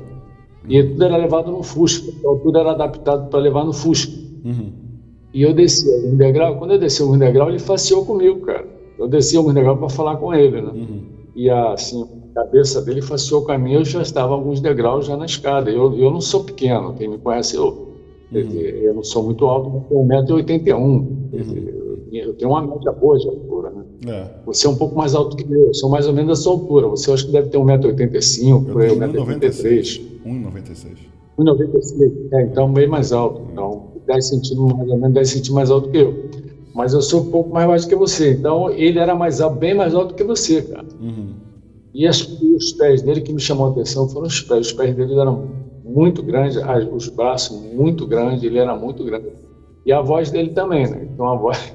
Esses contatos, eu acredito que lentamente a gente vai se acostumando com eles até que a gente consiga um diálogo mais tranquilo, porque eu noto que, pelo menos as pessoas que eu já ouvi algo parecido, elas vão se acostumando com o tempo. O susto vai sumindo, né? Porque no início você fala como é que pode sumir assim de repente, depois você já lida com naturalidade. É o que está na obra básica, que ele fala na obra básica, o mundo racional, né? Isso é um incentivo. Eu entendi bem isso que eles fizeram. Sim. Eu agradeço muito, sou muito grato. Foi incentivo para continuar. É como se dissesse assim, o caminho é esse, não para não. É isso aí. Por aí. É isso aí. Frente. Isso é um incentivo. Isso aí não tem nada a ver com evidência, nem com nada. Isso é um incentivo que eles dão, né? Sim. O caminho é isso aí, continua por aí, tá divulgando. Para saber que eles existem, provando, né, para cada um que existe sim um plano. Depois, nas obras do Retiro Racional, né? Nós tivemos lá, era muito comum na época, né? No Retiro, né? Era comum. Então existia muitos relatos, né? Mas você viu uma luz em cima do monumento, né? Eu estava olhando seus relatos, que eu vou soltar também. Essa. É você que puxou para ele falar sobre os acidentes. Eu não gosto de fazer relato pessoal, não, mas eu acho que a gente é bom que divulga o livro. Mas é importante. Então é importante. Não, eu compreendo que é importante, mas é o meu jeito. Eu escrevi aqueles relatos na época, eu mandei para a Nádia lá de Brasília. Brasília, muito bacana lá também. Na época eu conheci a Nádia lá no Retiro Nacional, ela é uma grande divulgadora, batalhadora pela Fase Nacional. E eu escrevi, ela pediu na época, escrevi, mandei para ela perguntou se podia divulgar, eu falei, pode. Como ela domina bem a língua portuguesa, ela falou assim, posso fazer uns ajustes aqui? Eu falei, fica à vontade, porque eu não domino a língua portuguesa 100%. Eu tenho um pequeno domínio e tal, mas a linguagem formal, como ela trabalhou na parte executiva do governo, então ela tem um bom domínio sobre isso aí. Eu falei, não, fica à vontade. Mas ela não mudou nenhum teor, ela só ajeitou lá a parte do português. Então, eu escrevi, mandei para ela, divulgou no blog dela e tal, e tem esse relato. Esse relato foi muito interessante, é um dos mais bonitos, mais impactante positivamente, né? E o bom dele, em nenhum deles eu estava sozinho, tá? Todos eles tinham testemunha, né? Isso que eu achei bacana. E nós estávamos construindo ali, fazendo aquela calçada, onde a gente chama de frente para o Monumento Racional. Na verdade, ali não é a frente, ali é atrás. A frente está de frente para os três poderes. Mas se configurou, todo mundo fala que ali, quando a gente entra no Retiro Racional, quando a gente vê o Monumento Racional, é a parte de trás dele. A parte da frente é aquela parte que está de frente para os três poderes. Mas eu vou falar a parte da frente, que se for falar a parte da frente, parte de trás, as pessoas vão pensar que é o outro lado, né? Entendi. Então, na hora da entrada, na hora daquele calçadão que é ali na frente do monumento, Centro Científico Nacional, na calçada mesmo. Na época a gente fazia tudo na mão, não tinha os equipamentos, a bitoneira, não tinha bitoneira, o trator tinha só um tratorzinho, era muito velho o trator, só ficava, né, para fazer a terraplanagem, foi velhíssimo, né? Ele dava mais mão de obra do que ajudava. E a bitoneira era a mão mesmo, era na enxada que virava de concreto ali, tudo na mão, tudo era feito na mão, só que era muita gente. E a gente estava fazendo ali aquela calçada da frente, aquela passarela da frente, e isso já era de madrugada, eu estava muito cansado, fisicamente muito cansado. Eu lembro que estava o Zezinho, que é conhecido Zezinho, da Casa de Material de Construções, lá de Bangu, e tinha um camarada que ele era vidraceiro, não lembro o nome dele agora. Nós estávamos três ali naquela parte da frente, virando massa concreta. E estava de saco de cimento, um empilhado em cima do outro. Só que eu sentei em um deles, eu olhei para o alto, sentei um deles, eu estava tão cansado, cara, fisicamente. Aquelas obras de quem participou sabe que ela tinha hora para começar e não tinha hora para terminar. E o prazo que o mestre teve, nós fizemos aquela obra ali, nós falamos nós, quer dizer, os caravaneiros e os colaboradores, mais ou menos em 7 meses. E ele tinha um prazo. O monumento inteiro? Ou só a calçada? O monumento inteiro, todo, o monumento inteiro, mais ou menos em 7 meses aproximadamente. É uma construção complexa, né, Bira? Complexa e bela. É complexa, Então, o que ocorre? E eu estava ali, eu estava tão cansado, aí até então já estava tirando os plantões lá na casa do mestre, né? E os plantões eram vamos que podiam tirar para tirar os plantões, chamava de solidariedade na época, era assim. Tinha uma mensagem que falava, cadê a sua solidariedade, cadê a sua colaboração, cadê a sua divulgação? Quando eu vi isso pela primeira vez, quando eu cheguei pela primeira vez no retiro, eu vi essa mensagem, eu perguntei, mas que solidariedade é essa? Aí o cara veio e me falou, a solidariedade que está se referindo é os plantões que os homens tiram lá na casa do mestre. Eles escolhem um dia, né, para tirar os plantões e tal. Aí tinha que passar por uma aprovação lá, de cara, me aprovaram, eu passei a tirar os plantões na sexta-feira à noite. Só que devido quando saía lá de manhã, eu trabalhava sábado até meio-dia. Eu ia para o meu trabalho, depois ia para cá, e domingo eu estava no retiro de novo. E chegava no retiro de manhã cedo, ele tinha as obras para fazer lá do monumento, tinha a grama também, que aquela grama toda foram plantadas na mão, que a gente tinha que pegar lá na mata lá e tal, as gramas de caminhão, de cortar as placas e depois plantar no mesmo dia, eram plantadas. E sábado, às vezes, eu já estava também com retiro depois do trabalho para ajudar nas obras também, que existia uma determinação para ajudar, que não tinha prazo. Só que quando chegou nesse dia, o centro científico até então já estava bem adiantado, né, e estavam construindo aquela passarela. Ali ia ser 1h, 2h da manhã, não lembro bem, já era de madrugada. Estava muito cansado. E eu sentei em cima daquele saco de cimento e olhei para o alto, olhei para o céu literalmente e pensei assim, meu Deus do céu, eu falei assim, eu tenho um próprio compromisso racional, que esse é o caminho, só que fisicamente eu não estou aguentando, eu vou dar uma paradinha lá na frente, futuramente quando eu estiver mais maduro, né, eu volto para ler meu livro, vou guardar meu livro, volto a colaborar. porque eu, fisicamente, eu falei assim, eu não estou aguentando, né? Eu não sei até onde eu vou aguentar. Eu tenho meu trabalho lá fora, tenho eu divulgo, né? Fazer a caravana, venho para o Retiro Racional e presto minha solidariedade. Só que eu, fisicamente, isso, humanamente, disse que é quase que impossível. Não é impossível, mas é quase que impossível, né? Como é que eu vou conseguir um negócio desse? E as obras aqui tem hora para começar e não tem hora para terminar. O horário, quem liberava o horário era o mestre, né? Aí eu falei, eu dei uma paradinha assim, eu falei assim, eu vou dar uma paradinha porque eu não estou aguentando, né? E vou dar uma paradinha literalmente também lá fora, vou descansar um pouco, depois lá futuramente eu retorno, né? Aí eu olhei para o céu, quando eu olhei para o céu, rapaz, aquilo ali, como é que eu vou explicar? Parecia que alguém tinha passado uma lâmina no céu, sabe? Literalmente igual aqueles filmes de samurai, o cara passa aquela lâmina, sai cortando tudo, né? Passando aquela lâmina, mas o corte foi grande. O céu teve um rasgo em cima do centro científico, mas um rasgo enorme, mais um rasgo, ele foi milimétrico não, quando alguém foi perfeito, sabe? Cirúrgico. A palavra correta, acho que é um rasgo cirúrgico. Um rasgo cirúrgico no céu. Eu falei assim, o céu está rasgando. Quando o céu ele abriu. Quando o céu abriu, eu e mais os outros que estavam ali também vimos, todo mundo viu. Quem estava olhando para o céu naquele dia viu. Depois eu soube que teve relatos parecidos de outras pessoas que viram. Fui saber anos depois, sabe? Aí, quando eu olhei para o céu, eu já estava olhando para o céu lá dentro, cara, cheio de corpos luminosos andando para um lado e para o outro, sabe?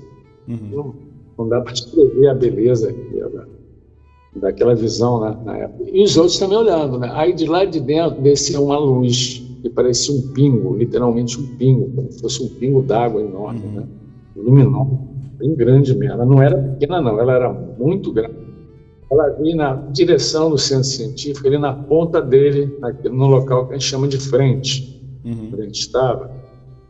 Então ela veio na ponta, eu pensei que ela ia cair ali em cima. Eu falei, pô, vai cair em cima do centro científico, vai estourar aqui. Vai arrebentar tudo ali, foi o que eu pensei na hora. Aí na hora que ela chegou na ponta, assim, ela voltou pro mesmo lugar, entrou naquele céu, naquele rasgo do céu, e o céu fechou. Que coisa. Quando fechou, a gente andou um todo. Eu lembro que o Zezinho fez assim com o dedo, ó, como se botasse o dedo no nariz e na boca para a gente ficar quieto. Todo mundo ficar quieto, né? Ninguém falou uma palavra, não comentou nada.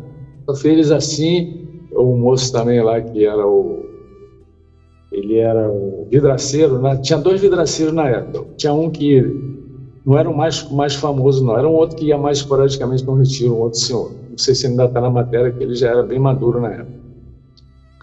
O Zezinho, eu acho que ainda está aqui na vida material, ainda, apesar de que a última vez que veio ele estava ele é bem maduro também.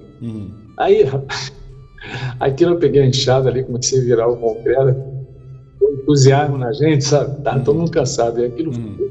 Aí depois, quando chegou a hora do mingau, que a gente chamava de magal, né? Dava um magal, o mestre dava um mingau pra gente e um café. Quando acabava a obra, e às vezes voltava de novo para a obra. Depois ali ele liberava, ele falava, o mundo racional abençoa e libera todos estão abençoados pelo mundo racional, podem voltar para suas residências, e é para todo mundo trabalhar quando amanhecer o dia, né? Para ninguém faltar ao trabalho. Eu lembro que era sempre essa ordem. A gente saía dali, estava para nossa residência, e às vezes já saía dali e ia direto para o trabalho, dependendo do horário, ia direto para o trabalho. Mas não era para ninguém faltar ao seu trabalho, que todo mundo ia ter força para trabalhar. Essa era a mensagem sempre, todo mundo tem trabalho. Não, ninguém faltasse o seu trabalho, que todo mundo ia ter força para trabalhar. E quando a gente tomava aquele mingau, que era um mingau super saboroso, eu já tentei várias vezes fazer um mingau aquele, nunca consegui. Ele era feito com a receita do mestre pela Néia. Eu lembro que levava, era o fubá, né? Era o leite, levava canela, levava cravo, levava erva doce, não sei se levava outras coisas. Eu tentei fazer várias vezes. O aroma daquele mingau tomava o retiro quando ele começava. A gente já chegava na mesa, estava lá o prato de mingau e um meio copo de café, esse copo que chama de copo americano, é um café bem forte. Ele dizia, para tomar só um café, senão não vou conseguir dormir, um café só. E aquele mingau, eu conhecia, gente. O mingau, a gente lá, as nossas forças mudavam, né? Saía de lá renovado, daria para casa descansar um pouco e depois de manhã ia trabalhar. Às vezes eu nem deitava, eu sentava na sala aqui na cozinha na casa da minha mãe, fazia um café, ficava sentado ali descansando, que eu ficava preocupado se eu deitasse para dormir e não levantar no horário para ir para o trabalho. Mas aí eu já ficava sentado na cadeira mesmo, tirar um cochilinho sentado, depois eu ia trabalhar. Mas foi algo muito gratificante. E eles respeitaram o que eu achei bacana, que eles respeitaram a minha vontade de saber sobre os extraterrenos na época. A prova inicial foi a relação deles desaparecendo na sua frente. Mais à frente, a prova energética, né? Você vê a luz dos habitantes no céu. Porque eu, honestamente, às vezes as pessoas me perguntam, a minha criação, eu não tenho uma criação como diferente, eu fui criado já dentro dessa parte espiritual, né? Espírita, né? Então, as pessoas que são espíritas, elas conversam sobre esses assuntos na época, eu não sei agora, não sei como é que está agora, porque tudo vai. Então, era muito comum conversar sobre aparecimento de seres espirituais, conversar com seres espirituais. Os mais velhos conversavam sobre isso, eu ouvia sobre essas coisas. E no programa de televisão, esse programa do Flávio Cavalcante, na minha opinião, foi um programa que ajudou muito, apesar de ser um programa de entretenimento. Mas o fato do Flávio Cavalcante, né, esse apresentador na época, eu acredito, ele ou a produção dele gostava desses assuntos. Então, ele de vez em quando levava um quadro lá no programa dele, entrevistava.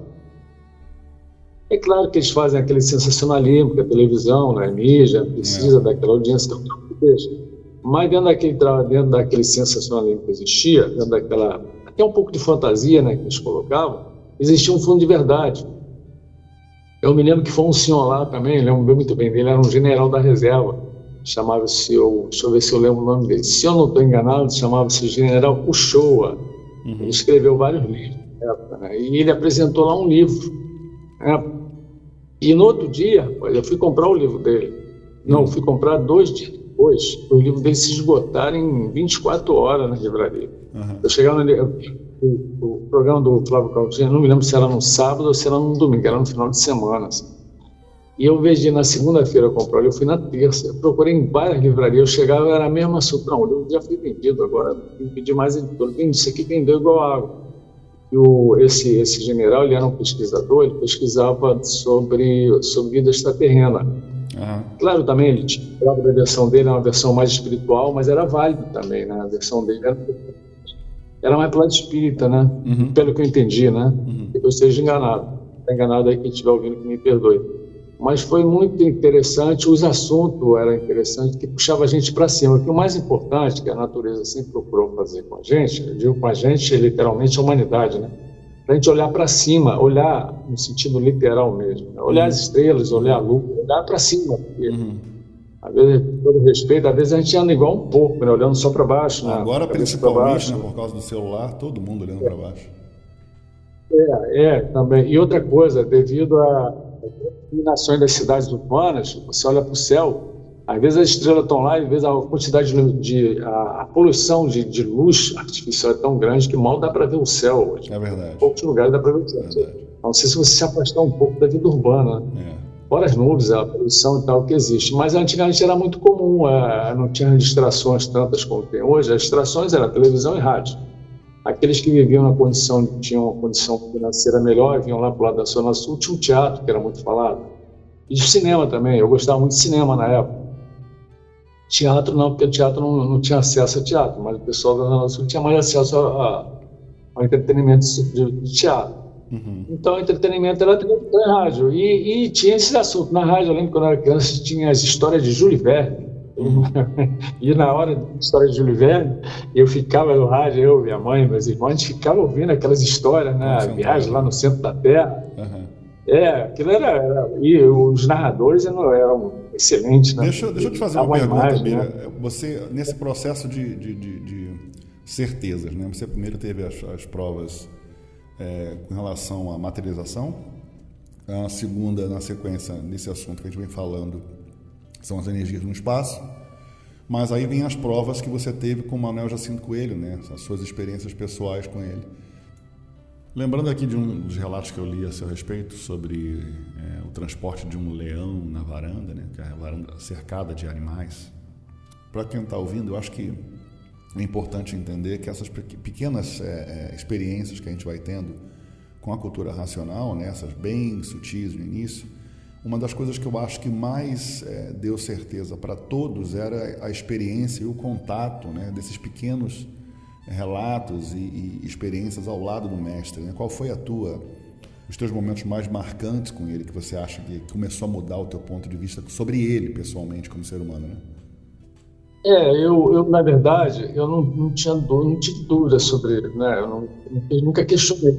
Tanto é que eu só fui saber das coisas pessoais, da vida dele, pessoal, vida pregressa, anos depois. Eu nunca me preocupei com isso, não. Minha preocupação maior era com o livro. Eu sabia já da existência do Racional Superior.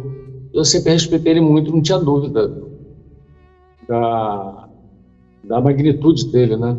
Do poder dele. Mas para muita gente, tinha muita gente que tinha essa dúvida. Mas o interessante é que às vezes ele demonstrava, né, isso pessoalmente. Ele fazia questão de vez em quando ele dava essa demonstração para reformar as pessoas, mostrando, ó, como eu disse para você, o caminho é esse aqui, ó, tá vendo? Eu vim de lá, ó, diretamente de uma forma figurada, né, como se fosse uma metáfora, e às vezes até literalmente para a gente, ó, o caminho é esse aqui, ó, não vai nessa pensando que eu sou um ser humano comum, não, eu pareço comum, eu tenho essa roupa de bicho, mas eu não sou bicho, né, eu sou diferente, né? E ele era muito simples, mas de vez em quando ele dava. Nessa do leão, para quem está ouvindo o programa, não conhecia o Leão Vitinho, não conhecia o Melo, ele gostava muito de animais, né? Principalmente de grandes animais, de grande porte, leão, tigre, e por aí afora, né? E tinha lá alguns animais, lá tinha alguns leões, tinha tigre, tinha onça pintada, tinha aquela a onça negra, né? Aquela onça escura, onça muito bonita. E alguns leões, eles ficavam na corrente, que eles foram criados muito novos, e eles ficavam na corrente. Às vezes, quando o tratador ficava dando uma volta com eles lá no retiro racional, aqueles que não foram para lá ainda filhotes, ficavam dentro de uma jaula grande, que ficavam lá atrás, lá próximo à casa dele. Lá. E esse leão que ficava um deles que ficava na corrente, uma corrente grande, ele era um leão jovem, mas ele já estava adulto, já estava bem grande. E um leão que ele é muito forte, ele gostava de brincar, porque é um gato, né? Um gato gosta às vezes de brincar. No final de semana, lá um senhor foi visitar o retiro, levou o filho dele lá no retiro racional. E botou o filho dele para ficar brincando com o leão, porque o leão, às vezes, a gente passava, estava acostumado com ele, alisava a cabeça dele, todo mundo lá que conhecia sabia que ele era manso, né? E ele ficava na corrente ali do lado, onde é hoje ali o estacionamento, ali onde tem ali o estacionamento grande, ali do lado da casa do mestre. Aí houve um acidente lá, um pequeno acidente, não digo acidente, talvez um incidente, o leão brincando com a criança, ele segurou nas nádegas da criança e fez um corte. Os dentes dos leões, os principais, eles eram cerrados, né? Fez um corte porque puxaram na hora, né? Nesse corte, aí levou o menino para o hospital e ganhou alguns pontos, se não me engano foram 10 pontos, foi um corte bem grande, né? E levou, mas não aconteceu nada de grave com a criança, né? Só aquele corte e tal, tomou lá medicamentos, procedimentos médicos. Só que o cara, segundo que me contaram, o cara ele era separado da esposa, ele tinha levado o filho dele para passear, para passar um final de semana com ele. Ele chegou em casa, o garoto falou, não, quem fez isso comigo foi o leão. Aí a mãe ficou apavorada.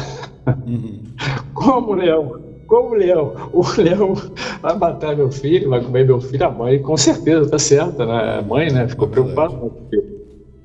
Só que aí ela foi, né, segundo, eu não sei se foi ela realmente, mas alguém foi, talvez ela nos veículos de comunicação, denunciou o retiro, dizendo que lá tinha animal selvagem, né? E mordia as pessoas. E tentou matar o leão dela e tal.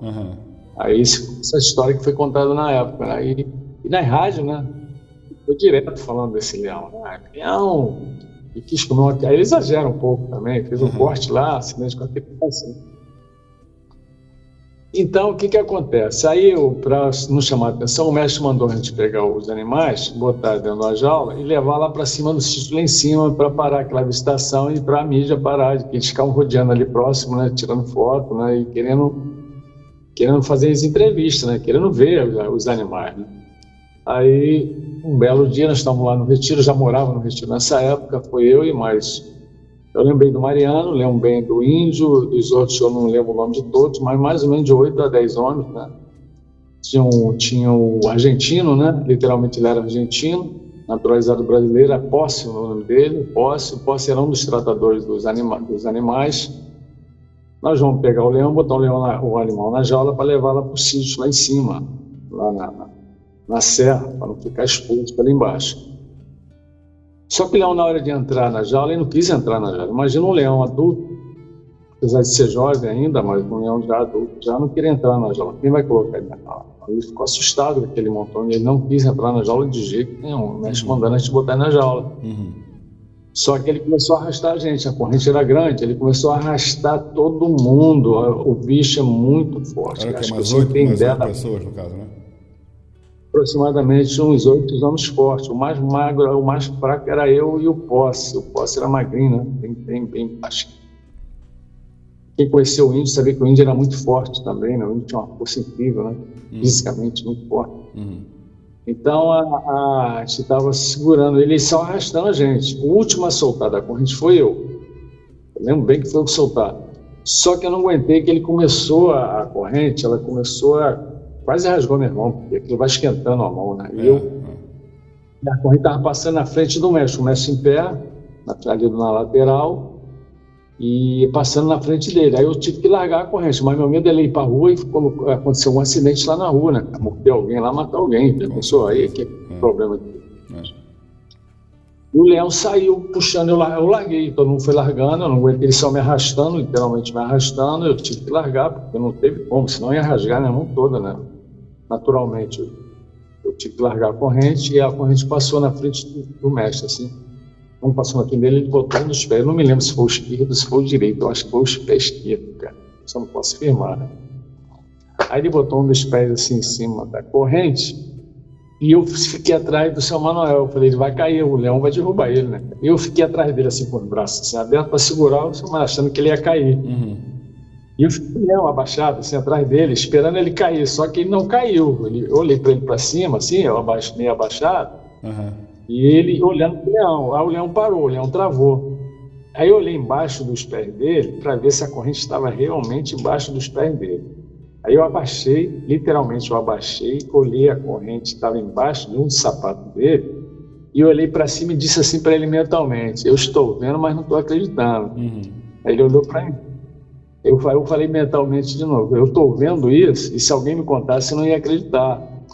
Os seus pés estão em cima da corrente, o senhor não caiu. E eu ali não saí de perto dele, achando que ele ia cair. Eu falei, o senhor Manuel vai cair, né? Ele já é um senhor idoso, né, cara? Porra, e mais ou menos 8 homens.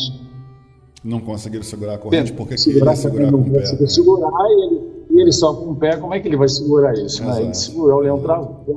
O leão travou, ficou olhando assim para ele, aí o leão ficou assim próximo a ele, quietinho, né? Aí ele tirou os pés, aí falou assim pro Pócio, chamou o Pócio, que era um argentino.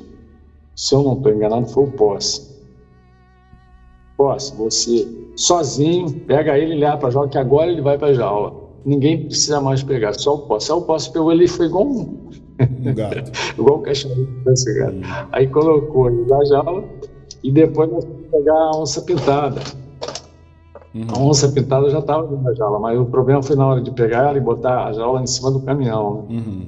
Ela vinha para morder a nossa irmã, ele falou assim, pode pegar que ela não vai morder ninguém, só que ela vinha para morder, cara. Agora, você ficar na confiabilidade que ela não vai arrancar sua mão, teve uma hora que ela veio na direção das minhas 2 mãos, eu falei, meu Deus do céu, eu vou perder as 2. Porra, eu segurei naquela jaula e fechei os olhos. Ela tentava, ela ia, mas ela não mordeu ninguém. Aí ele falou assim, ó, pode pegar que ela não vai morder ninguém, eu garanto. Eu garanto. Eu garanto. Eu garanto, ela não vai morrer. Mas a gente fica preocupado. Era um misto de confiança, né? Não é, Bira? Um misto de confiança e incerteza, né? Que você confia nele, mas ao mesmo tempo leva assim meio preocupado, né? Aí colocamos a jaula em cima do caminhão, os outros e assim foi levado lá para cima, lá, para ficar lá uns tempos lá. Aí depois uma apresentadora de rádio, uma locutora de rádio na época, programa, se eu não estou enganado, da Cidinha Campos, eu não lembro se era na Rádio Tupi ou se era eu acho que era na Rádio Tupi.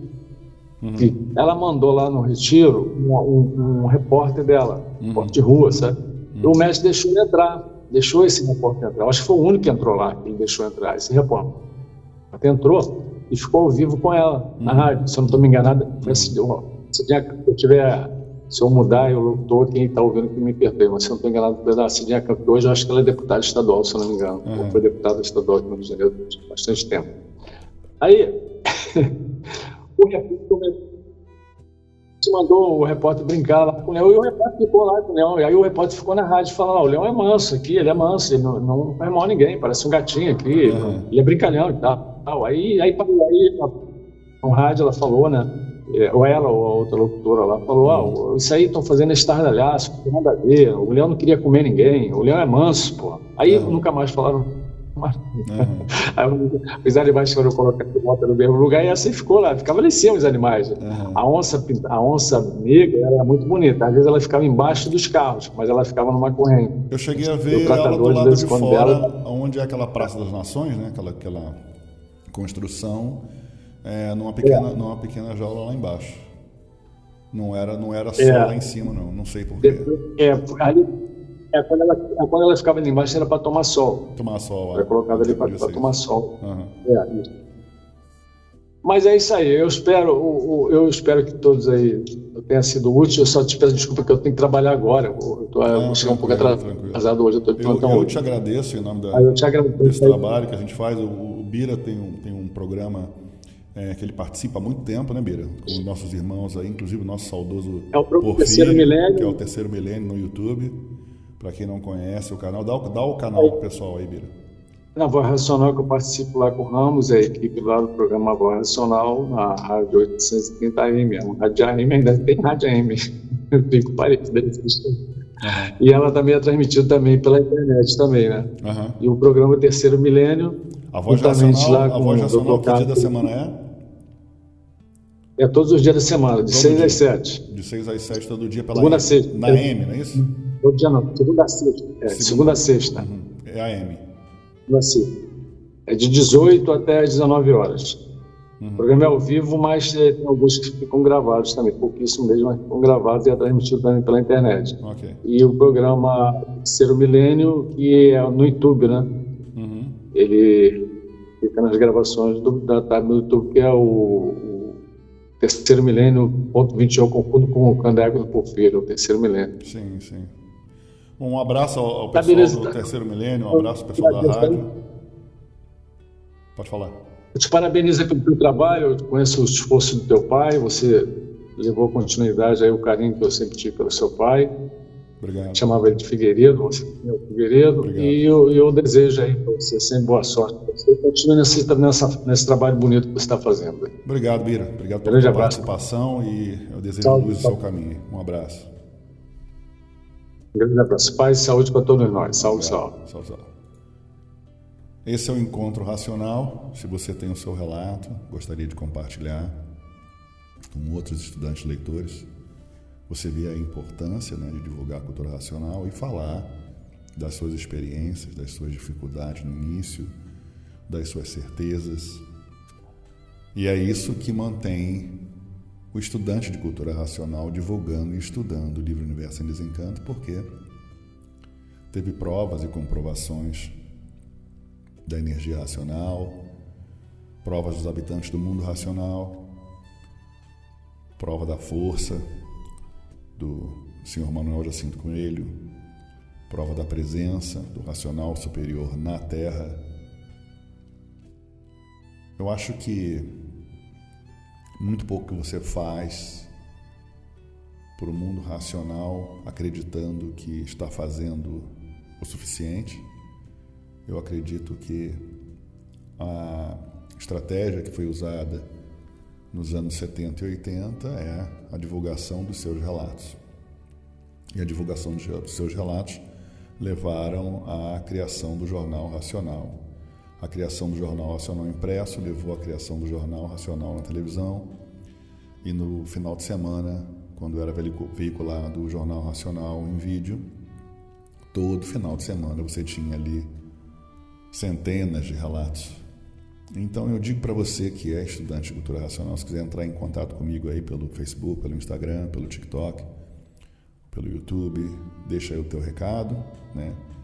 A gente bate esse papo para você contar a tua história Se você quiser só gravar o seu relato, você pode mandar o seu áudio do relato. Se não quiser bater papo aqui pelo Encontro Racional, manda o áudio, a gente publica lá em Relatos Racionais.